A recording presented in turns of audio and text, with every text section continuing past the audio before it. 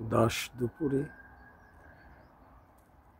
ফুলের সুঘ্রাণে মুখরিত পৃথিবী।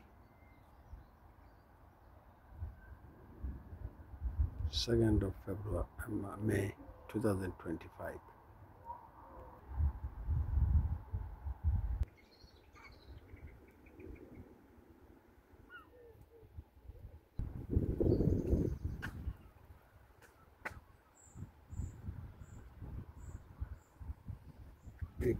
বৃক্ষ থেকে পুষ্প বৃষ্টি হচ্ছে,